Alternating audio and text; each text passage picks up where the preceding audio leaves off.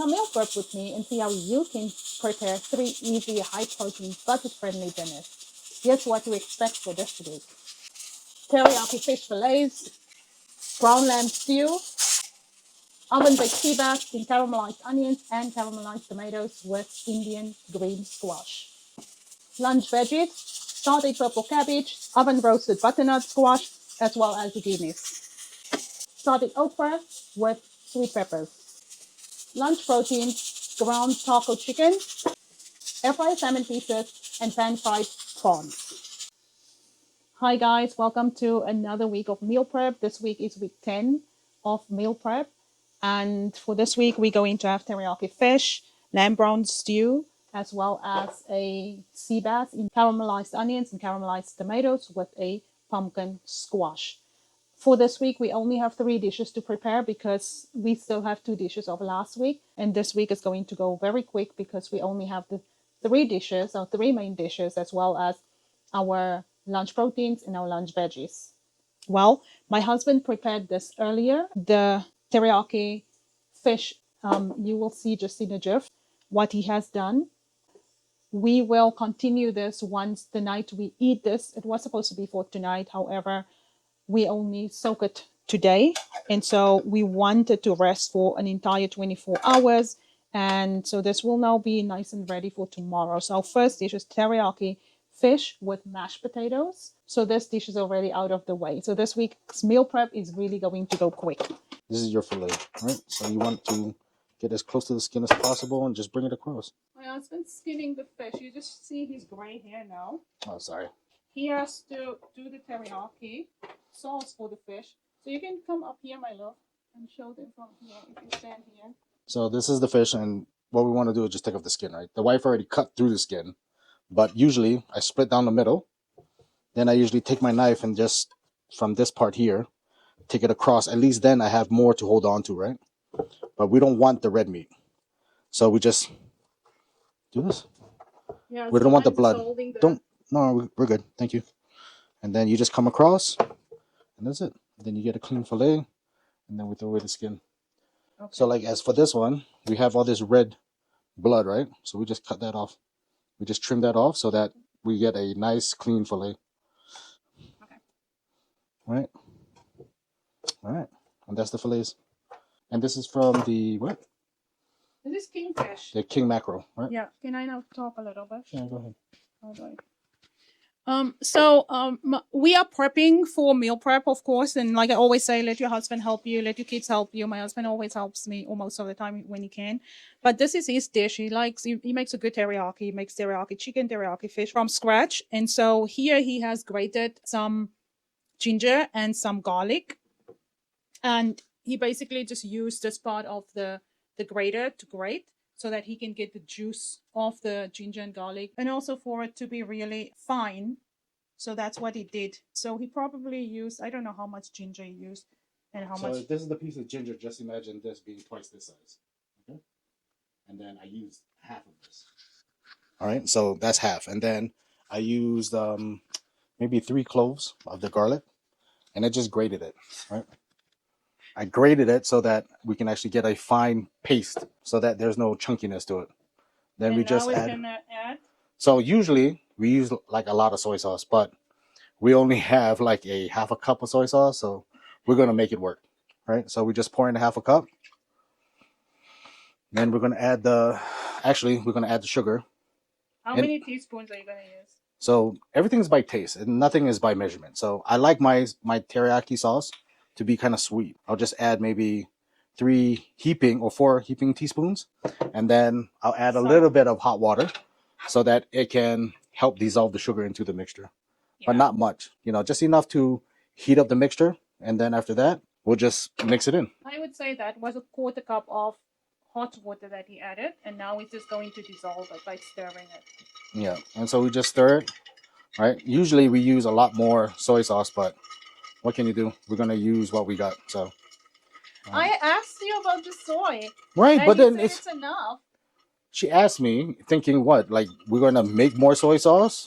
But whatever soy sauce you have, like as long as you got a half a cup, it should be enough, because we're only marinating the the 2 fillets that you saw, and this should be enough. And try to marinate your meat a little bit ahead of time. Yeah, this is supposed to be for tonight, but we're probably not going to eat this tonight because the meat has to at least marinate overnight. It's nice when it marinates overnight so that you can really taste the soy sauce. And tomorrow we will come back and show you how we cook this off with sesame seeds. Is it good? No. So like I said, I like mine sweet, so that was already 4 teaspoons. And we're going to add 2 more, and that should be enough. And we'll just stir it in and make sure that it's dissolved within the mixture, and then we just throw in the meat and let it marinate.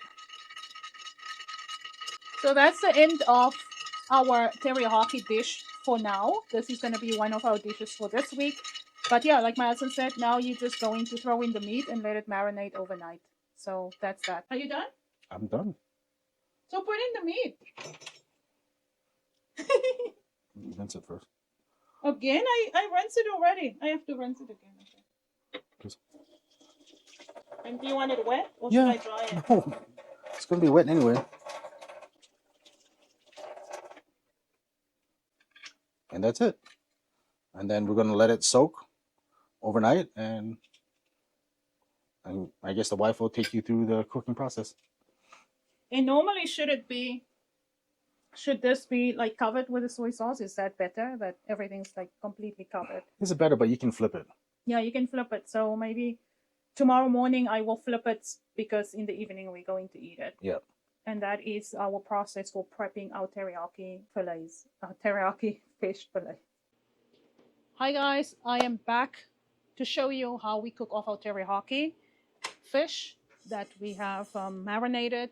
So here I've roasted some sesame seeds. These are black sesame seeds, so you can use a combination of black and white ones. Then you can really see that roast. But anyway, we only have the black one. There's our seeds. And now we're going to roll our fillets in here. And just before we continue there, I am going to use olive oil spray because you know I am anti-oil. I'm not going to eat oil. I want to eat produce to keep my calories in balance.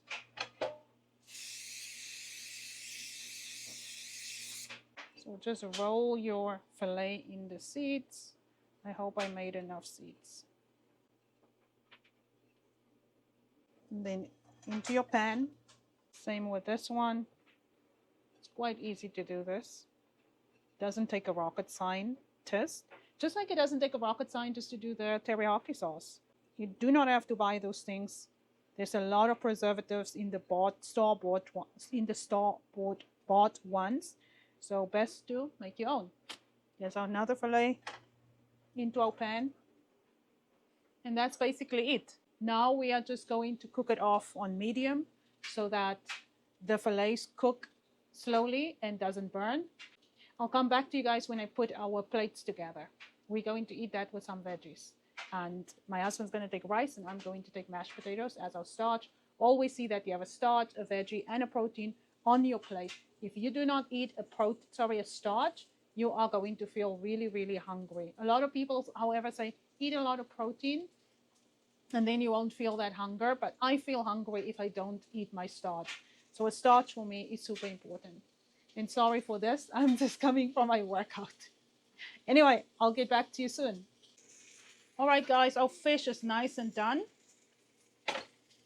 And now for our veggies. My husband will have sauteed veggies and roasted veggies. So he has here a combination of roasted pumpkin and zucchinis and sauteed purple cabbage. And for his starch, he will have a bowl of rice. Let's first do him. Oops, here we go. Just pack that veggies nicely there once again. And then cup is hot. There's his cup of rice. And then a nice piece of the fillet. That is his one. And for me, I have, excuse me, a cup of sauteed okra and sweet peppers.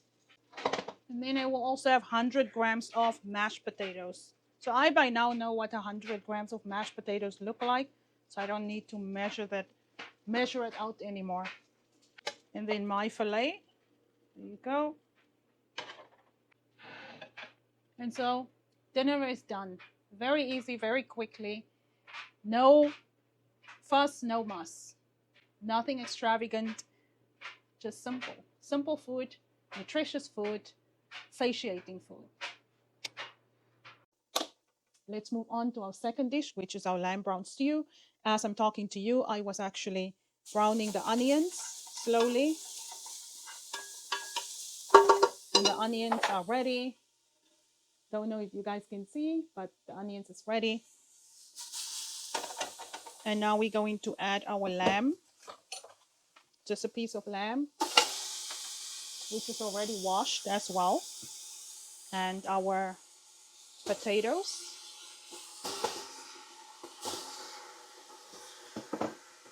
And then just a tablespoon of salt and a teaspoon of pepper. And now I'm going to cover it with water. Just cover all the ingredients with water.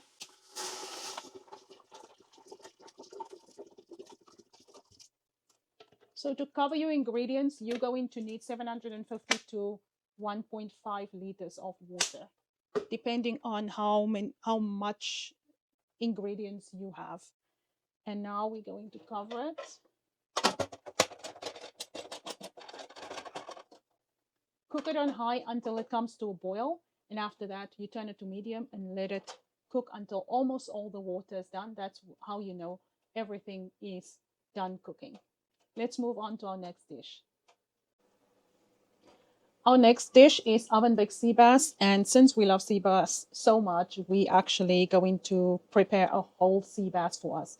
And this is a dish that I've made before on the channel, so you should be familiar with it. I use caramelized onions and caramelized tomatoes, pre-cooked, that I've already done. And today I'm going to use some sauteed Indian squash. It's a green squash. I understand that it goes very good with onions and tomatoes. So let's salt our fish.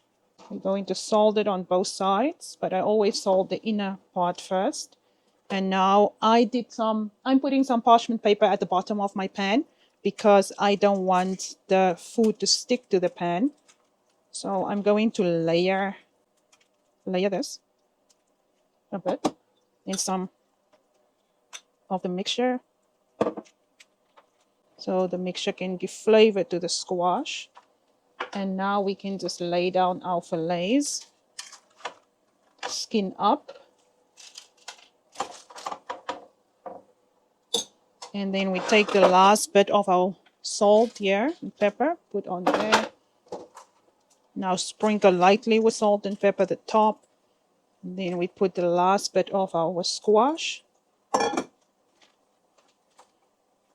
And the last bit of our tomatoes and onions.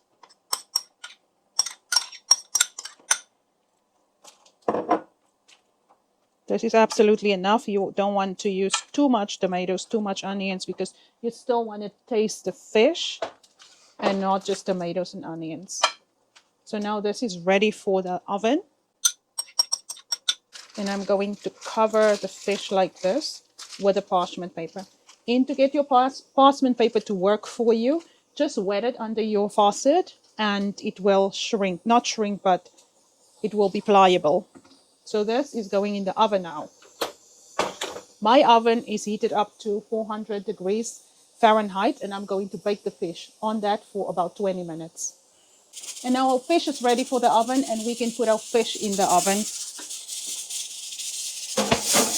We have roasted veggies in the oven at this moment. There is roasted zucchinis and roasted butternut squash.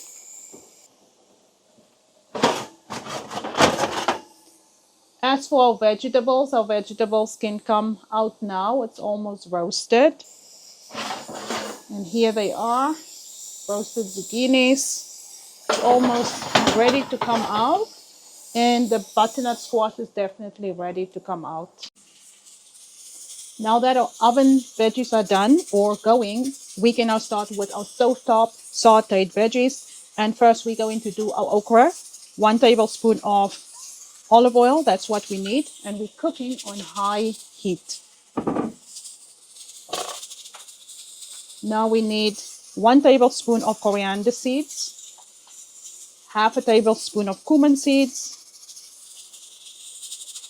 half a teaspoon of sugar,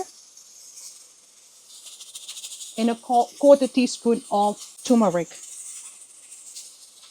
We're going to bring these seeds to a smoking point, and then we're going to add our okra. Our seeds has now reached a smoking point, and now we're going to toss our okra in.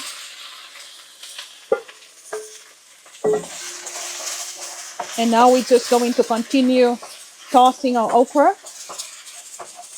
until it's done. Kitchen is smoky. Okra is almost done. Let's toss in our sweet bell peppers. This week I actually got them. I haven't been able to find them in 2 weeks. And so we just put a char on those bell peppers, not bell peppers, sweet peppers. Put a char on the sweet peppers. And then the okra should be done. Lots of smoke in the kitchen, but our okra is done. So hopefully we can get rid of the smoke now. Our next sauteed veggie will be purple cabbage, and it's just a purple cabbage that I'm going to saute. I'm not going to add anything apart from its seasonings, which is salt and pepper. We need a tablespoon of olive oil. This is one small purple cabbage. And I just want to toss it nicely in the oil. I'm probably going to need another tablespoon of oil for the cabbage, which is fine. You need a nice big pan for the cabbage. Let's put another tablespoon of olive oil over. And now the purple cabbage can saute until it's nice and soft. Hey guys, so as you can see, I already transferred the purple cabbage into this dish, but the purple cabbage is done. All we did is, like I said, sauteed it with salt and pepper and half a teaspoon of sugar, brown sugar, and I sauteed it on medium heat covered. I think I sauteed it for about 15 minutes and it's nice and really soft. Moving on to lunch proteins. Our lunch proteins for this week is ground chicken, prawns, and air fryer salmon pieces. As the usual, we eat the same things every week. Well, for our ground chicken, we need a tablespoon of olive oil or oil. Add your ground chicken. I put a tablespoon of coriander powder and half a tablespoon of cumin powder, salt and pepper for taste. And then for our prawns, add the prawns to the pan. Add salt and pepper. And as you know, for our prawns, we do not add any oil for our prawns. And for our ground meat, we are going to beat this into taco meat. Work in your spices into your meat and you cook it on high heat.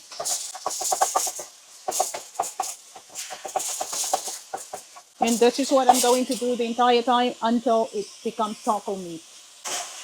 And there it is, ladies and gentlemen. Our taco ground chicken is done. So you can use this for a salad, you can use it for a hot bowl, you can use it for a wrap, for tacos, burritos, whatever you want to use this for. It's very nice and very versatile for lunch. But do not play with our prawns. It's also very versatile for lunch. You can do exactly the same things as you do with a ground beef. And what's nice about the prawns, it doesn't contain fat. So if you want to cut back on your fat, then this is a very lovely option.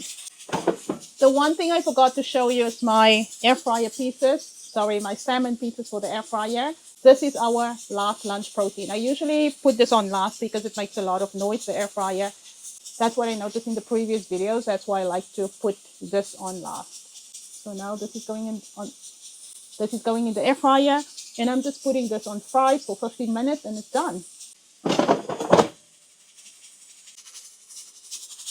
Hi guys, meal prep has finally come to an end. We are done with we are done with this week's 3 dishes. It was very easy and simple. This is what we have for this week, and it looks absolutely delectable. Our lamb brown stew is still going.